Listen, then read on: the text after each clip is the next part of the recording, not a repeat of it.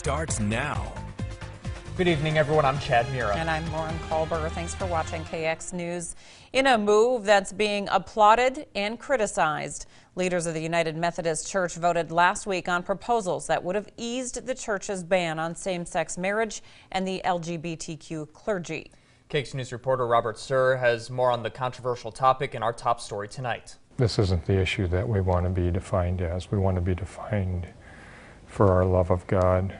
Methodist delegates from across the globe gathered in St. Louis last week.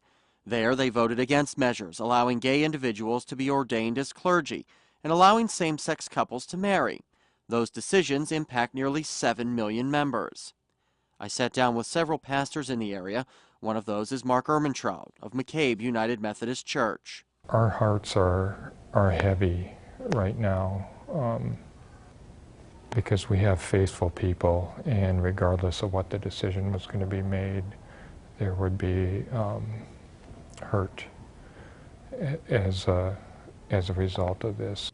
So what do pastors here in Bismarck think of the decision, and how will that decision have an impact on how these seats are filled every week? Brandon Vetter leads Legacy United Methodist Church and says absolutely. It's possible and very likely. I mean, followers of Jesus have very deep disagreements on just what pastoral standards and practices should be in regards to LGBTQ clergy.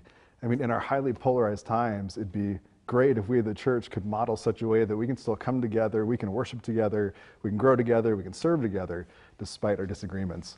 And we didn't see that in St. Louis. The delegates voted against what was called the One Church Plan by just 54 votes.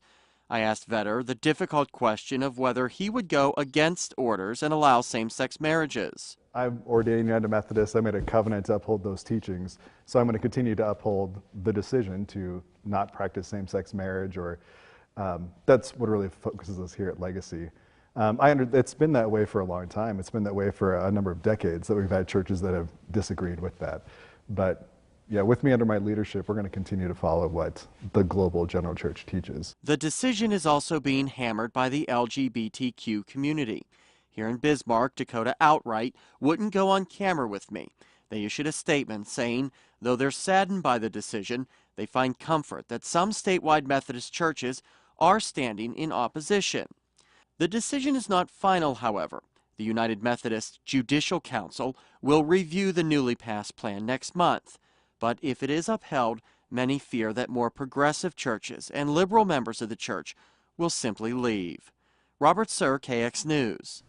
There are more than 125 United Methodist churches across the state. Same-sex marriage has been legal in the U.S. since 2015, when the Supreme Court ruled state bans on same-sex marriage were unconstitutional under the 14th Amendment. Prior to that ruling, North Dakota was one of 7 states that banned the practice.